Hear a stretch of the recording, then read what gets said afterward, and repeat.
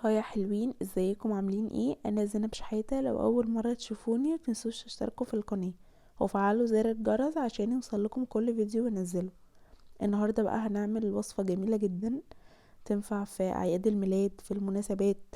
عاوزين نحلي كده تحلية تكون حلوة وتعبانين عليها كده او جايلنا ضيوف. تنفع في كل حاجة، شكلها حلو ولذيذ. هنعمل النهاردة السويس رول بالفانيليا وبالشوكولاتة، وهنشوف التركات بتاعته ازاي يطلع سفنجي كده وهش، واكننا بناكل هوا. بجد اكننا بناكل يعني قطعة من الهوا، مش من الكيك خالص. بجد هش وطعمه تحفة، وطريقة اعداده سهلة جدا. بجد كان طعمه حلو قوي وحقيقي يستاهل التجربة. هنشوف بقى المكونات. معايا 5 معالق كبيرة من الدقيق، يعني حوالي 50 جرام. معايا 5 من صفار البيض، انا فاصله صفار البيض عن البياض. معايا 5 بيضات، اخدت منهم الصفار لوحده والبياض لوحده. معايا 4 باكت من الفانيليا، ممكن معلقتين صغيرين فانيليا. ومعايا كمان معلقة صغيرة من البيكنج باودر، وربع كوب من الحليب، وربع كوب من الزيت، ونص كوب من السكر.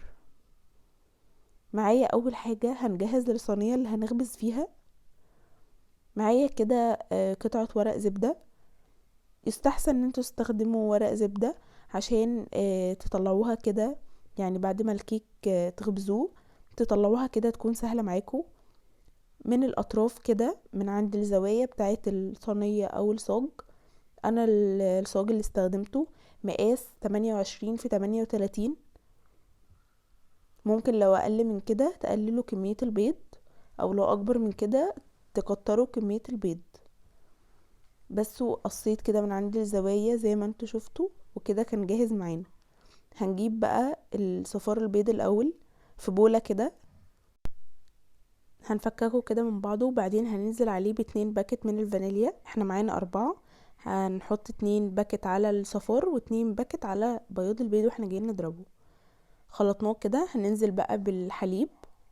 وكل ما احط مكون يعني هقلب الخليط كده مع بعضه، وبعدين هنزل بالزيت برضو.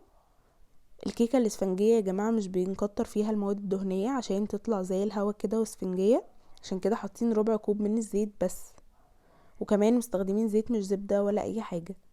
حطيت بقى الدقيق والبيكنج باودر، وهقلب الخليط ده كده مع بعضه، وهسيبه هو كده هيكون يعني خلاص هنركنه كده على جنب.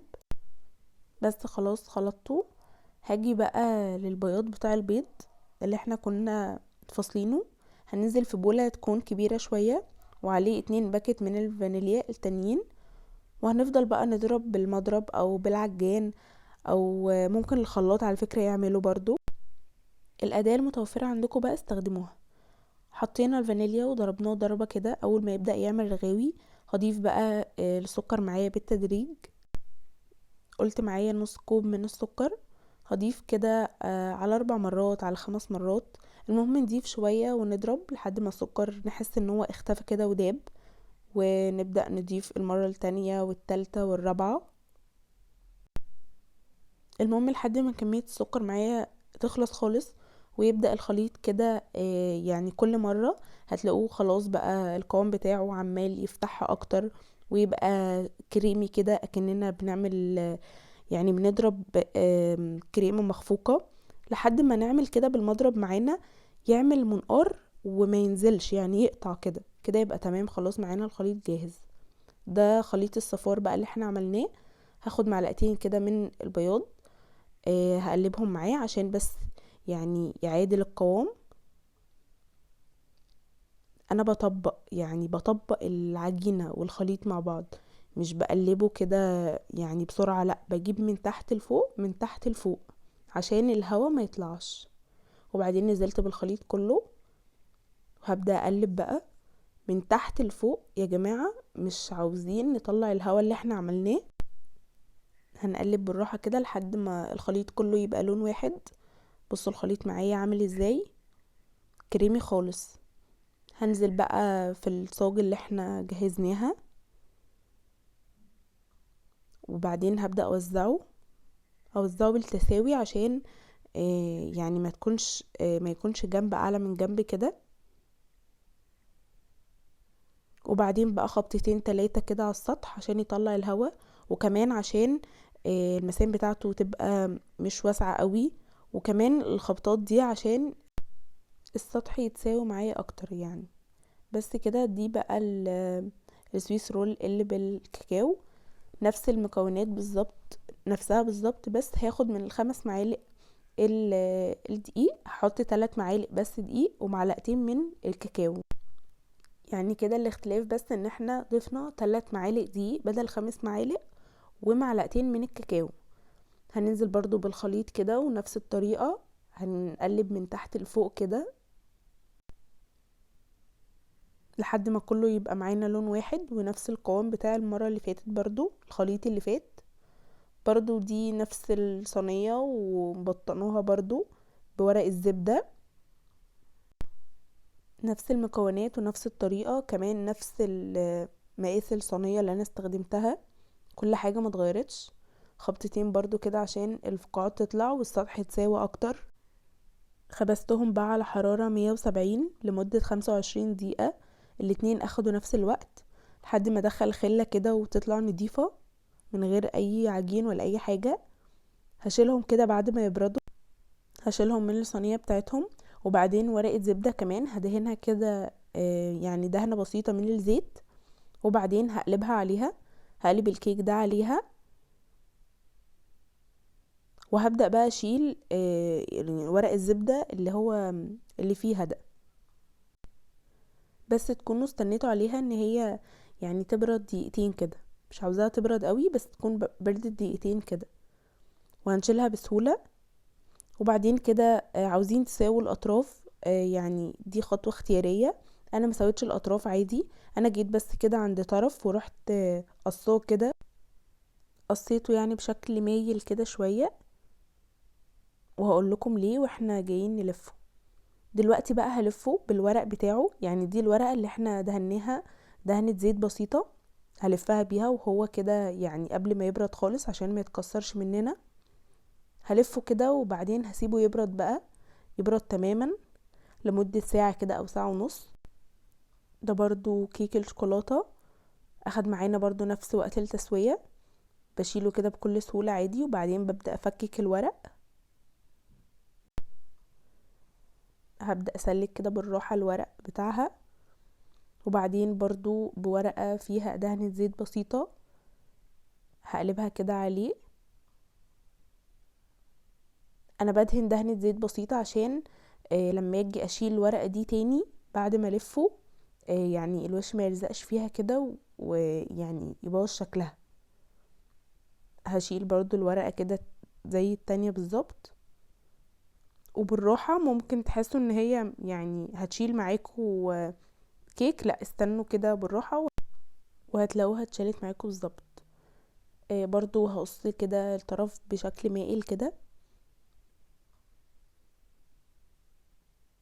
وبعدين هبدأ الف برضو بالورقة بتاعته عبال ما يبرد خالص. انا بلف كده عشان لو لفيته، لو سبته كده مفرود وجيت الفه بعد ما احشيه هيتكسر مني ومش هيتلف باحسن طريقة. دي بقى هنعمل كريمة، معايا كوباية من كريمة الخفق بودر، وكوب من الحليب، ممكن تضيفوا سكر بودر بس انا مضفتش، يعني استكفيت كده خلاص. بفضل طبعا اضرب فيها لحد ما يعني الحجم بتاعها يتضاعف، ونرفع كده المضرب يعني تعمل منقار كده ما تنزلش معانا. وطبعا احنا عاملين كريمة مع بعض في فيديوهات تانية كتير. كده الكيك بقى بعد ما برد خالص هلفه من الرول اللي انا كنت عاملاه، وهبدأ بقى احشي الكريمة. اول حتة كده هعملها تكون سميكة شوية، يعني اكتر فيها نسبة الكريمة. انا الكريمة بتاعتي خليتها تقيلة، ما تخلوهاش خفيفة يا جماعة، لا خلوها تقيلة كده ومتماسكة عشان وانتوا بتلفوها ما تخرجش منكم. انا بقى ضفت فراولة، قطع فراولة، كان شكلها حلو قوي، كانت مدية منظر حلو وطعم حلو كمان، كان حقيقي شكلها تحفة، وكمان اضافت طعم حلو قوي. هبدأ كده الفه بالراحة واحنا بقى جايين نلف، والمرة دي هنشيل الورقة اللي عليه دي. طبعا القشرة بتاعتكو دي لو اتشالت عادي تماما، انا شلتها واتشالت معايا. ممكن ما تتشالش معاكو، بس هي في الحالتين يعني مش هتبوظ اي شكل، طلعت شكلها حلو جدا كده. وبلفها الفها كويس قوي عشان يعني ما تفكش مني. ومش هشيل الورقة بنفس الورقة برضو، هلفها وهلزقها بلزقة كده، واسيبها حوالي برضو ساعة كده شكلها. اسيبها حوالي ساعة برضو عشان تاخد يعني شكل الرول كده. دي اللي كانت بالشوكولاتة. برضو هضيف الكريمة، واول حتة كده اول جزء هسيبه يعني سميك شوية. انا بعمل كده ليه؟ عشان لما اجي الف ما يكونش يعني الجزء ده فاضي كده من النص، لانه بيكون واخد تانية كبيرة. ودي ضفت فيها كده عملوا الشوكولاتة.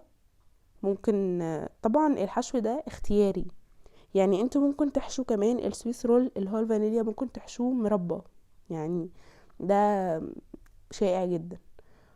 والحشوة طبعا اختياري، ممكن تضيفوا قطع شوكولاتة ممكن لا، بس انا حبيت ازود التست. وبجد بجد كان طعمه حلو قوي، يعني قطمة ورا التانية هتاخدوا كده قطع من الشوكولاتة، هتحسوا ان هي هتنقلكوا لعالم تاني بجد. برضو هنقفله كده، هبدأ اقفله برضو واسيبه حوالي ساعة يبرد. بوريكم من جوه، بصوا شكله حلو ازاي. وبعد ساعة بقى هشيل الورقة دي خالص، وهيكون متماسك معانا. نقدر بقى نقطعه، قطعوه بالحجم اللي انتوا حابينه عادي جدا. انا هنا كنت بساوي الاطراف عادي، و يعني هناكلها برضو عادي، مش هنعمل فيها اي حاجة. بيتقطع بكل سهولة، وطري جدا بجد طري. والكيك حقيقي تحفة. بصوا شكله من جوه، يعني الفراولة عملت ميكس تحفة في الشكل. بصوا شكله حلو قوي، اكنكوا حقيقة اكنكوا شاريينه من بره او جايبينه من بره، يعني محدش يعرف ان انتوا عاملينه كده، او حاجة طلعت معاكوا بالحلاوة دي. بجد حلوة قوي، والكيك سفنج خالص.